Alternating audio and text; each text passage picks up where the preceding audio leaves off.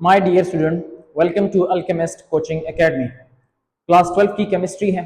एस&पी block elements chapter का नाम है और उसमें हमने लेक्चर नंबर 12 शुरू किया था, जिसका आज हम सेकंड पोर्शन करेंगे, एल्यूमिनियम ट्राइक्लोराइड और सिलिकॉन टेट्राक्लोराइड। तो टॉपिक के कंसेप्ट के बारे में जानने के लिए, ट्रिक्स एंड एक्सेप्शंस को कवर करने के लिए और टॉपिक की कंप्लीट नोट्स को हासिल करने के लिए, इस टॉपिक को कवर करने के लिए हमारे साथ रहिए। तो लेक्चर नंबर 12 का दूसरा पोर्शन है आज, जिसमें हम पहले पढ़ेंगे एल्यूमिनियम ट्राइक्लोराइड AlCl3। तो एल्यूमिनियम ट्राइक्लोराइड में हमारे पास जो सेंट्रल एटम है वो एल्यूमिनियम है, जिसकी हम एटॉमिक नंबर को अगर देख ले तो 13 है। इसका इलेक्ट्रॉनिक कन्फिग्रेशन बनेगा 1s2 2s2 2p6 3s2 3p1। तो एल्यूमिनियम के आउटर मोस्ट शेल में अगर हम देख ले तो ये हमारा एल्यूमिनियम का आउटर मोस्ट शेल बन रहा है 3s2 3p1। तो इसके इस में जो है ना 2 इलेक्ट्रॉन है और p में 1 इलेक्ट्रॉन है। और ये जब हम देखते हैं तो ये एल्यूमिनियम ग्राउंड स्टेट में अपना जो इलेक्ट्रॉनिक कन्फिग्रेशन है इस किस्म का रखता है। लेकिन जब एल्यूमिनियम बॉन्ड बनाने जा रहा होता है, जब बॉन्ड बनाने लगता है, तो ये अपने ग्राउंड स्टेट से एक्साइटेड स्टेट की तरफ चला जाता है। और एक्साइटेड स्टेट में जाने के लिए ये जो इसका इलेक्ट्रॉन है ये शिफ्ट होके यहाँ पे ये P जो है इसमें चला जाता है। तो हमारे पास ये एक Px है और Py है और ये हमारे पास S है, 3s 3px और 3py। तो इसमें हमारे पास फिर एल्यूमिनियम में 3s में इलेक्ट्रॉन आ जाते हैं, एक इलेक्ट्रॉन आ जाता है। इसी तरह 3px में और 3py में हमारे पास इलेक्ट्रॉन आ जाता है, सिंगल अनपेयर्ड इलेक्ट्रॉन। और जो हमारे पास 3pz है वो वैकेंट रहता है, एम्प्टी रहता है। तो अब इन 3 अनपेयर्ड इलेक्ट्रॉन की मौजूदगी में हमारे पास एल्यूमिनियम 3 कोवेलेंट बॉन्ड बनाएगा। और इन 3 कोवेलेंट बॉन्ड बनाने के लिए यहाँ पे हमारे पास 3 क्लोरीन एटम अप्रोच करेंगे, एक इसके साथ, एक इसके साथ और एक इसके साथ कोवेलेंट बॉन्ड बनाएगा, जिसकी मदद से हमारे पास AlCl3 बनेगा।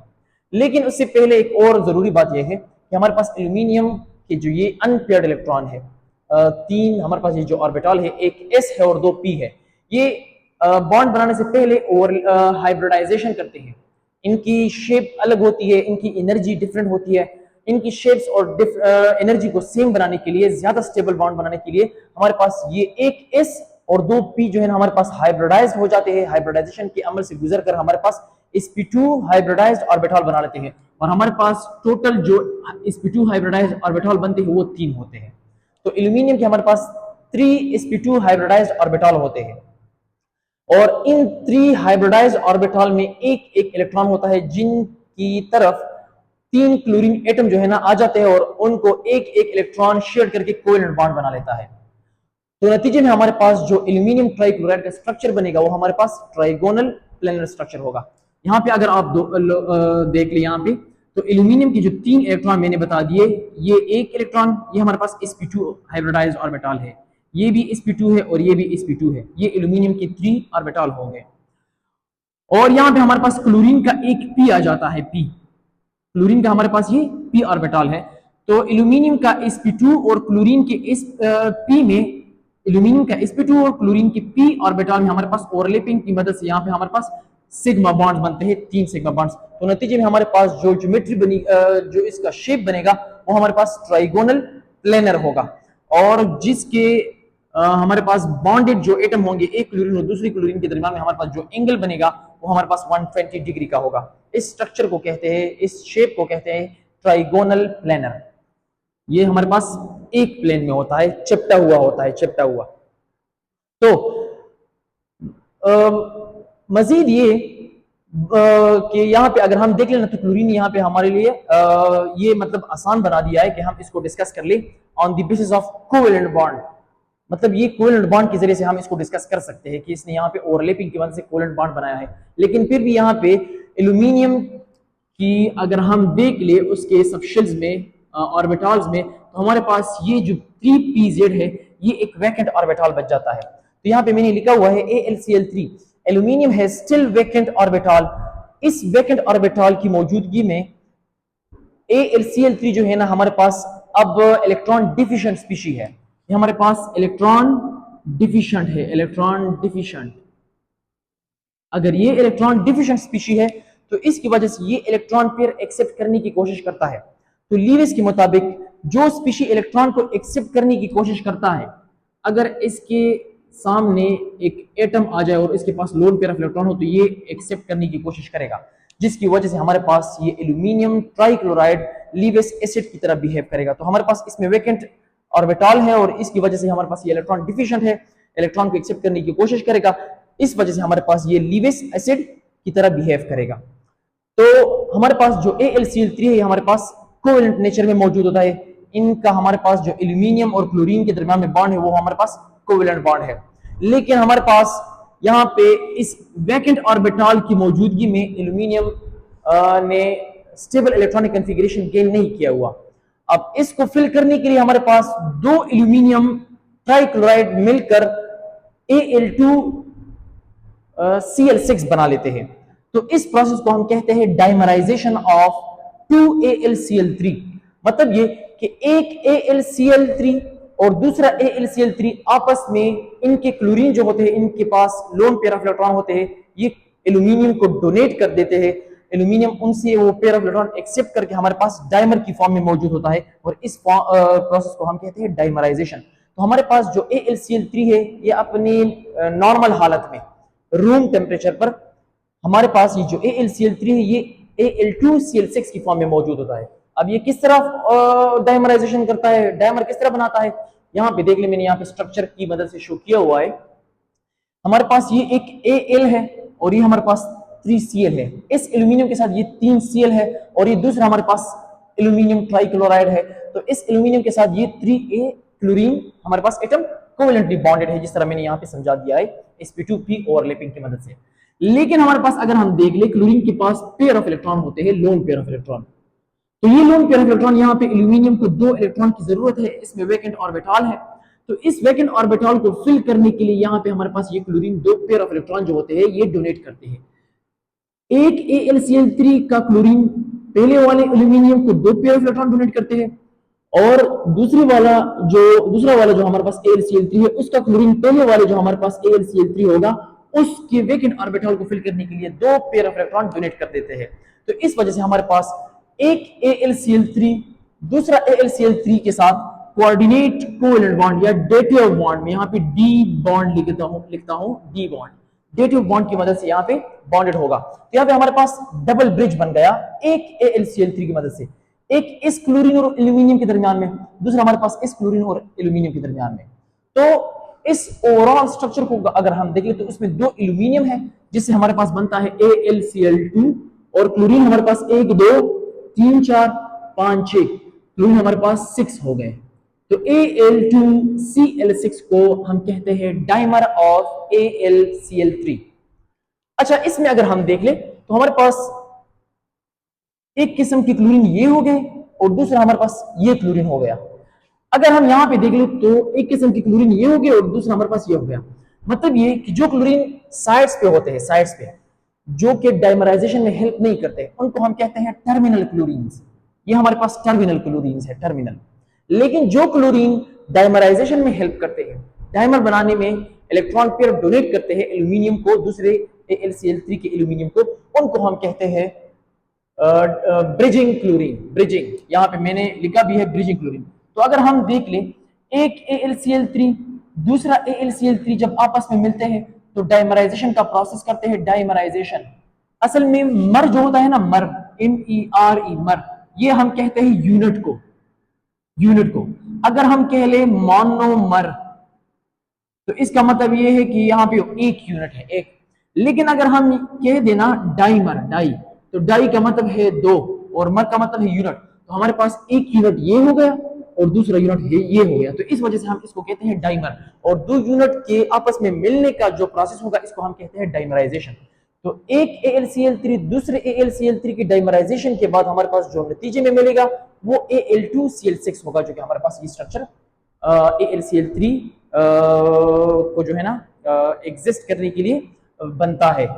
ये असल में हमारे पास AlCl3 इस फॉर्म में होता है जिसमें हमारे पास 2 एल्यूमिनियम और 6 क्लोरीन होते हैं। इसमें हमारे पास 2 टर्मिनल क्लोरीन होते हैं, ये जो हमारे पास है ये टर्मिनल क्लोरीन है और एक हमारे पास इनमें ब्रिजिंग क्लोरीन होता है। तो इसका हमारे पास ये ब्रिजिंग क्लोरीन है और इसका हमारे पास ये ब्रिजिंग क्लोरीन है जो कि ब्रिज बनाने में काम आता है। तो ये हमारे पास AlCl3 का या Al2Cl6 का स्ट्रक्चर रहा। अब मजीद इसके फिजिकल प्रॉपर्टीज के बारे में पढ़ते हैं। Al2Cl6 या AlCl3 ये हमारे पास व्हाइट सॉलिड की फॉर्म में होता है। इनकी हमारे पास मेल्टिंग पॉइंट और बॉइलिंग पॉइंट लो होती है, जो कि हमारे पास आयोनिक क्लोराइड है उनसे इनकी जो मेल्टिंग पॉइंट होगी और बॉइलिंग पॉइंट होगी वो लो होगी। ये हमारे पास सब्लाइम होता है, मतलब ये अगर हम इनको थोड़ा सा भी हीट दे दें तो ये हमारे पास सॉलिड से डायरेक्ट गैस में कन्वर्ट हो सकता है। इनकी जो हमारे पास मेल्टिंग पॉइंट है वो है हमारे पास 192.4 डिग्री सेंटीग्रेड, और जो बॉइलिंग पॉइंट है Al2Cl6 की वो हमारे पास है 423 डिग्री सेंटीग्रेड। अच्छा, ये हमारे पास करंट सॉलिड फॉर्म में करंट बिल्कुल कंडक्ट नहीं कर सकता। सॉलिड में हमारे पास इनमें कंडक्शन ऑफ करंट नहीं होगा, बिल्कुल इसमें करंट कंडक्ट ही नहीं होगा क्योंकि इसमें फ्री इलेक्ट्रॉन नहीं होते। लिक्विड में भी हमारे पास करंट कंडक्ट नहीं कर सकता। मोल्टन फॉर्म में अगर हम इसको ले ले तब भी हमारे पास ये करंट कंडक्ट नहीं कर सकता। लेकिन अगर हम मोल्टन फॉर्म में Al2Cl6 को ले ले और उसको हाई प्रेशर प्रोवाइड कर दे, हाई प्रेशर, तो हाई प्रेशर की मदद से हमारे पास उसमें Al+3 और Cl3Cl- आयंस आ जाते हैं, जिसकी मूवमेंट की वजह से थोड़ी बहुत इसमें कंडक्टिविटी शो हो सकती है। तो हाई प्रेशर पे मोल्टन स्टेट में इसमें थोड़ी बहुत कंडक्टिविटी होगी, वरना हम अगर सॉलिड में इनको ले ले या नॉर्मल हालत में मोल्टन स्टेट में ले ले, इसमें कोई कंडक्शन शो नहीं होगा। जो हमारे पास AlCl3 है, AlCl3 ये हमारे पास ऑर्गेनिक केमिस्ट्री में, ऑर्गेनिक सिंथेसिस में इस्तेमाल होता है, जो कि आप लोग ने नाम सुना होगा फ्रीडल-क्राफ्ट अल्काइलेशन या फ्रीडल-क्राफ्ट एसाइलेशन, जो मुख्तलिफ ऑर्गेनिक सिंथेसिस रिएक्शन है। इसमें हमारे पास जो AlCl3 है ये कैटालिस्ट के तौर पे इस्तेमाल होता है। किस चीज में? फ्रीडल-क्राफ्ट अल्काइलेशन रिएक्शन में या फ्रीडल-क्राफ्ट एसाइलेशन रिएक्शन में। तो ये थे हमारे पास फिजिकल प्रॉपर्टीज ऑफ AlCl3। अब आते हैं रिएक्टिविटी विद वाटर। अगर हम देख लें तो यहां पे हमारे पास AlCl3 को अगर हम वाटर में डाल दें तो हमारे पास ये हाइड्रोलिसिस प्रोसेस करता है, हाइड्रोलिसिस प्रोसेस। तो हाइड्रोलिसिस प्रोसेस के नतीजे में हमारे पास एल्यूमिनियम और क्लोरीन भी जुदा हो जाते हैं, और H2O से H और OH भी जुदा हो जाता है। तो H हमारे पास यहाँ पे क्लोरीन के साथ मिल जाता है और एल्यूमिनियम हमारे पास OH के साथ मिल जाता है, हमारे पास ये AlOH3 बना लेता है, और साथ में हमारे पास 3HCl बनता है। ये जो 3HCl बनते हैं हमारे पास फ्यूम की शक्ल में बनते हैं, ये फ्यूम्स होता है। इस वजह से अगर हम AlCl3 को वाटर में डाल दें तो हमारे पास ये एसिडिक सोल्यूशन बनाएगा। मतलब ये अगर हम इसको वाटर में सॉल्युबल कर दे, इनकी सॉल्युबिलिटी करा दे, तो हमारे पास एसिडिक सोल्यूशन बनाएगा। और एसिडिक सोल्यूशन अगर हम देख लें यहाँ पे तो हमारे पास HCl भी बन रहा है, तो ओवरऑल सोल्यूशन में हमारे पास हाइड्रोजन आयन की कंसंट्रेशन होगी। अगर हाइड्रोजन आयन की कंसंट्रेशन होगी तो इस वजह से हम कह सकते हैं कि यहाँ पे एसिडिक सोल्यूशन बनेगा। यहाँ पे अगर हम इसके सॉल्युबिलिटी के बारे में देख लें तो एक AlCl3 को अगर हम 6 वाटर मॉलिक्यूल के साथ रिएक्ट करना चाहे तो उसमें हमारे पास क्लोरीन जो है ना, ये हमारे पास AlCl3 यहाँ पे क्लोरीन इसको जुदा कर देता है अपने आप से एल्यूमिनियम, और जो 6 वाटर के मॉलिक्यूल है ये एल्यूमिनियम के गिर्द सराउंड हो जाते हैं। सॉल्वेशन का प्रोसेस करता है हाइड्रेशन। तो हमारे पास सॉल्वेशन या हाइड्रेशन प्रोसेस जो होता है उसमें हमारे पास एक एल्यूमिनियम 6 वाटर के मॉलिक्यूल उससे सराउंड हो जाते हैं, जिसको हम कह सकते हैं hexa aqua aluminium. Hexa aqua aluminium, hexa aqua aluminium. और एल्यूमिनियम के यहाँ पे हमारे पास जो चार्ज होगा या ऑक्सीडेशन स्टेट होगा वो +3 होगा, तो हम यहाँ पे लिख सकते हैं 3। तो हेक्सा एक्वा एल्यूमिनियम, और यहाँ पे हमारे पास क्लोराइड है तो हम लिखेंगे यहाँ पे हेक्सा एक्वा एल्यूमिनियम 3 क्लोराइड। तो इस पूरे हमारे पास ये जो 3 क्लोराइड है ये इसके साथ मिलके क्लोराइड फिर हम कह सकते हैं इसको। अदरवाइज हमारे पास अगर एक्वियस फॉर्म में होंगे तो हमारे पास ये आयोनाइज्ड फॉर्म में होंगे। तो हेक्सा एक्वा एल्यूमिनियम क्लोराइड बनता है, जिसमें हमारे पास एक एल्यूमिनियम के गिर्द 6 H2O मॉलिक्यूल सराउंड हो जाते हैं। तो एल्यूमिनियम का जो साइज होगा यहाँ पे देख सकते हो आप, एक एल्यूमिनियम है और इसके गिर्द हमारे पास 6 वाटर के मॉलिक्यूल सराउंड हो चुके हैं। एल्यूमिनियम पे +3 चार्ज है, +3 चार्ज। इस +3 चार्ज की वजह से हमारे पास इसकी चार्ज डेंसिटी काफी हाई होती है, तो ये अपनी तरफ जो है ना वाटर के मॉलिक्यूल बहुत ज्यादा खींचते हैं। जब ये बहुत ज्यादा अपने वाटर के मॉलिक्यूल अपने तरफ खींचते हैं तो इसमें से एक वाटर मॉलिक्यूल से हाइड्रोजन आयन से जो है ना ऑक्सीजन इलेक्ट्रॉन ले लेता है। जब ऑक्सीजन हाइड्रोजन से इलेक्ट्रॉन ले लेता है तो हाइड्रोजन आयन यहाँ पे बॉन्ड स्प्लिट होके हाइड्रोजन आयन निकल जाता है हेक्सा एक्वा एल्यूमिनियम से। तो हमारे पास ये जो जितने भी H2O इनमें से जो है ना ये हाइड्रोजन निकल के हमारे पास इसकी प्रोटोनेशन होता है, डी प्रोटोनेशन। तो ये हाइड्रोजन आयन जो है फिर सोल्यूशन में चला जाता है, जो सोल्यूशन में फिर हमारे पास एसिडिटी कॉज करता है, एसिडिटी। और हमारे पास नतीजे में Al2 5 H2O और एक OH बनता है, 5 H2O और एक OH बनता है। इसको अगर हम इस तरह लिखना चाहे तो इस तरह भी लिख सकते हैं, एल्यूमिनियम H2O ये 5 है और हमारे पास OH नेगेटिव ये 1 बन जाता है। और हमारे पास यहाँ पे एल्यूमिनियम पे +3 चार्ज होता है और यहाँ पे हमारे पास +2 चार्ज होता है, तो इस पे हमारे पास फिर +2 चार्ज हो जाएगा। जो 1 हाइड्रोजन होगा वो 3 क्लोरीन होते थे ना पहले, तो 3 क्लोरीन में से 1 क्लोरीन के साथ यहाँ पे मिलके HCl बना देगा, जिसमें हम कह सकते हैं कि फ्यूम की शक्ल में, गैस की शक्ल में हमारे पास वो सॉल्यूशन में फिर डिसॉल्व होके एसिडिटी बना देगा। और जो 2 क्लोरीन हो गए, 2 क्लोरीन, तो 2 क्लोरीन हमारे पास इसके साथ मिलके Cl2 बना देता है। तो नतीजे में हमारे पास इस किस्म की सॉल्वेशन प्रोसेस और सॉल्युबिलिटी होती है AlCl3 का वाटर में। नेक्स्ट पोर्शन में हम पढ़ेंगे सिलिकॉन टेट्राक्लोराइड। हमारे साथ रहिए। तो अब पढ़ते हैं सिलिकॉन टेट्राक्लोराइड के बारे में। तो सिलिकॉन टेट्राक्लोराइड SiCl4, इसमें जो सेंट्रल एटम होता है वो हमारे पास सिलिकॉन होता है। तो अगर हम देख ले सिलिकॉन का हमारे पास एटॉमिक नंबर 14 है, तो उसका हम इलेक्ट्रॉनिक कन्फिग्रेशन करते हैं 1:2, 2:2, 2p6, 3:2 और 3p2, 2 और 2 4, 2 6 10 और 2 12 और 2 14, तो सही हो गया। इसका अगर हम देख ले यहाँ पे ये हमारे पास आउटर मोस्ट शेल है, इसमें 2 p में 2 इलेक्ट्रॉन है, लेकिन ये हमारे पास ग्राउंड स्टेट में है। ये हमारे पास 3s है, 3px, 3py और 3pz है। तो px और py में इलेक्ट्रॉन है लेकिन pz में नहीं है। इस वजह से यहाँ पे हमारे पास यहाँ पे एक इलेक्ट्रॉन शिफ्ट करके हमारे पास 3pz में भी इलेक्ट्रॉन को अनपेयर की फॉर्म में शिफ्ट कर लेगा। तो हमारे पास यहाँ पे अब सिलिकॉन के अनपेयर इलेक्ट्रॉन जो है वो 4 हो गए, 4। इस वजह से यहाँ पे हमारे पास अब सिलिकॉन टेट्रावेलेंट हो गया, टेट्रावेलेंट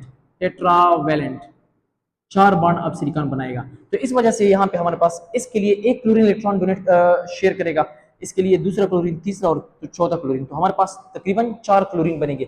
लेकिन बॉन्ड बनाने से पहले यहाँ पे हमारे पास एक एस और 3 p ऑर्बिटल जो होंगे वो हमारे पास मिक्स होंगे, हाइब्रिडाइजेशन का प्रोसेस करेंगे, जिसके नतीजे में हमारे पास सिलिकॉन के हमारे पास जो ऑर्बिटल्स होंगे वो हमारे पास sp3 हाइब्रिडाइज्ड ऑर्बिटल होंगे। और ये कुल हमारे पास 4 sp3 हाइब्रिडाइज्ड ऑर्बिटल होंगे। अगर sp3 हाइब्रिडाइज्ड ऑर्बिटल है तो इस वजह से हमारे पास सिलिकॉन टेट्राक्लोराइड का जो स्ट्रक्चर होगा, सिलिकॉन के साथ अगर 4 क्लोरीन होंगे तो उसका जो हमारे पास स्ट्रक्चर बनेगा, जो इसकी हमारे पास शेप बनेगी, यहाँ पे है, इसको हम ज्योमेट्री भी कह सकते हैं। तो इसकी हमारे पास जो ज्योमेट्री बनेगी वो हमारे पास टेट्राहेड्रल होगी। और एक क्लोरीन और दूसरे क्लोरीन के दरमियान में जो हमारे पास बॉन्ड होगा वो हमारे पास 109.5 डिग्री का बॉन्ड बनेगा। तो यहाँ पे अगर देख लिया हमारे पास ये सिलिकॉन के sp3 हाइब्रिडाइज्ड ऑर्बिटल है और क्लोरीन जो है हमारे पास ये ओवरलैपिंग करता है, बॉन्ड बनाता है अपनी p की मदद से। तो ये फ्रंट टू फ्रंट ओवरलैपिंग है, एक्सियल ओवरलैपिंग है। इस वजह से हमारे पास ये सारे बॉन्ड जो होंगे ये सिग्मा बॉन्ड होंगे, सिग्मा। और यहाँ पे हमारे पास ओवरलैपिंग हो रहा है sp3p का, sp3 सिलिकॉन का और p हमारे पास क्लोरीन का। तो इस वजह से हमारे पास ये चारों कोवेलेंट बॉन्ड बन रहे हैं और चारों के चारों हमारे पास सिग्मा बॉन्ड है। तो हमारे पास 4 सिग्मा कोवेलेंट बॉन्ड बन रहे हैं, सिग्मा कोवेलेंट बॉन्ड बन रहे हैं यहाँ पे। इसी वजह से हमारे पास यहाँ पे बनेगा सिलिकॉन टेट्राक्लोराइड, एक कोवेलेंट कंपाउंड बनेगा हमारे पास अगर इसकी मिकदार ज्यादा होगी तो। और एक को हम यहाँ पे मॉलिक्यूल्स कहते हैं। अब आते हैं physical properties of silicon tetrachloride की तरफ। तो हमारे पास सिलिकॉन टेट्राक्लोराइड में ये हमारे पास असल में नॉन पोलर होता है।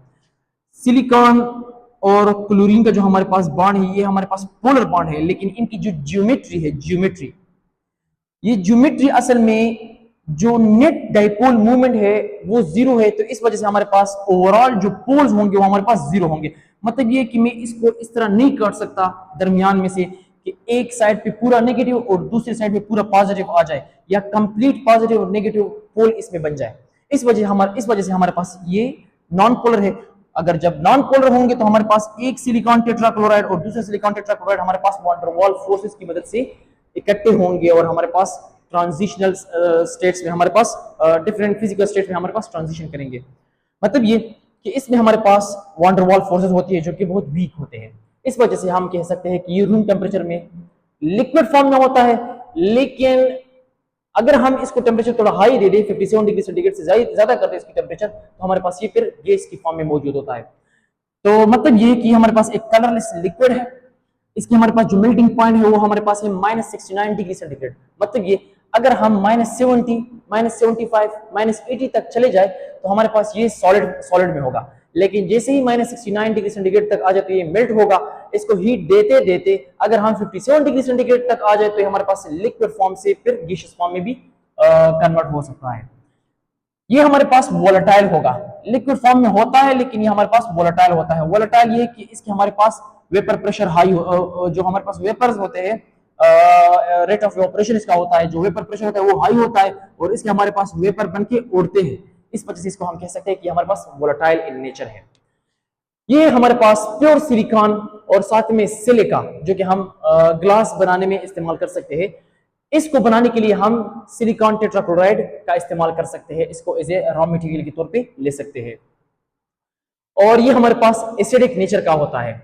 ये हमारे पास सिलिकॉन टेट्राक्लोराइड जो होता है ये हमारे पास एसिडिक नेचर का होता है, एसिडिक नेचर का, क्योंकि जब ये वाटर के साथ रिएक्शन करता है तो हमारे पास एसिड फॉर्मेशन होता है और इस वजह से हमारे पास ये एसिडिक इन नेचर है। अच्छा, अब आते हैं सॉल्युबिलिटी इन वाटर की तरफ। तो अगर हम देख ले, अगर सिलिकॉन टेट्राक्लोराइड को वाटर में अगर हम डिसॉल्व कर ले तो सबसे पहले जो हमारे पास स्टेप होगा इसको हम कहते हैं हाइड्रोलिसिस प्रोसेस। ये जो पहला स्टेप है ये वाला, इसको हम कहते हैं स्टेप 1 हाइड्रोलिसिस।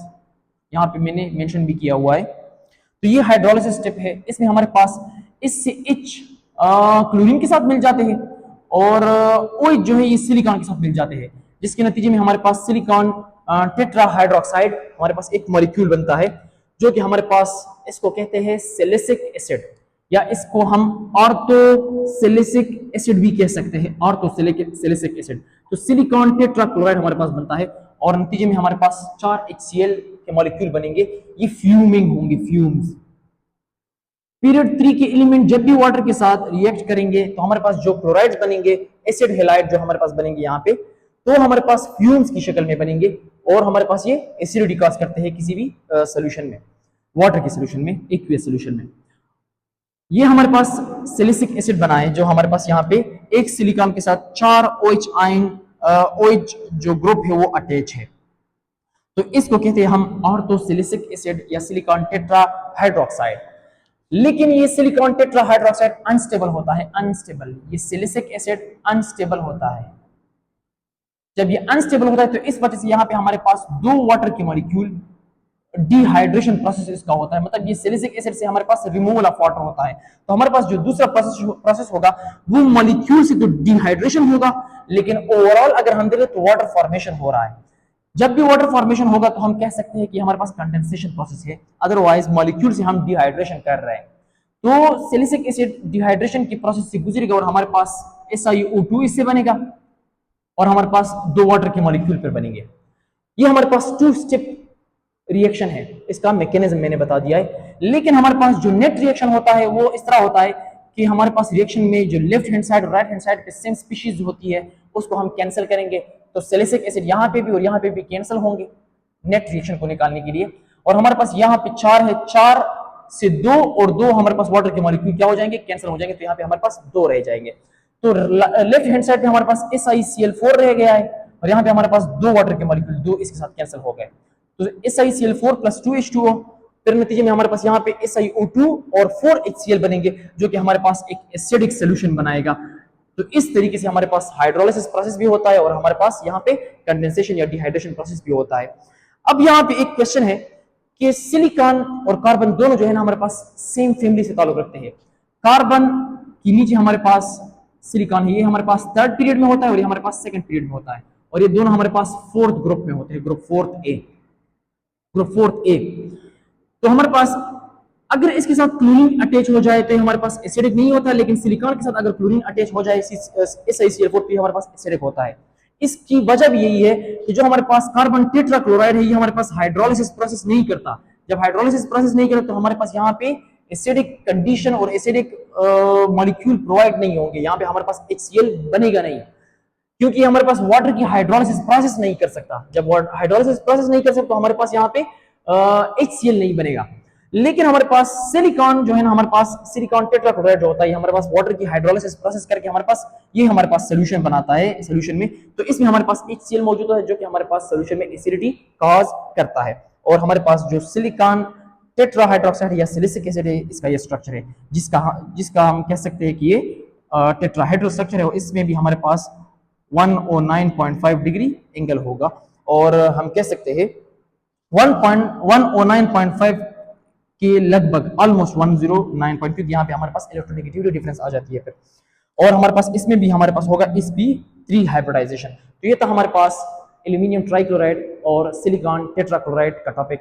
मजीद हमारे पास लेक्चर नंबर 12 आगे जाएगा, इसका थर्ड पोर्शन भी हम करेंगे जिसमें हम फास्फोरस और सल्फर के क्लोराइड पढ़ेंगे। उसको कवर करने के लिए आप अपना ख्याल रखिए, तब तक मिलते हैं नेक्स्ट लेक्चर में।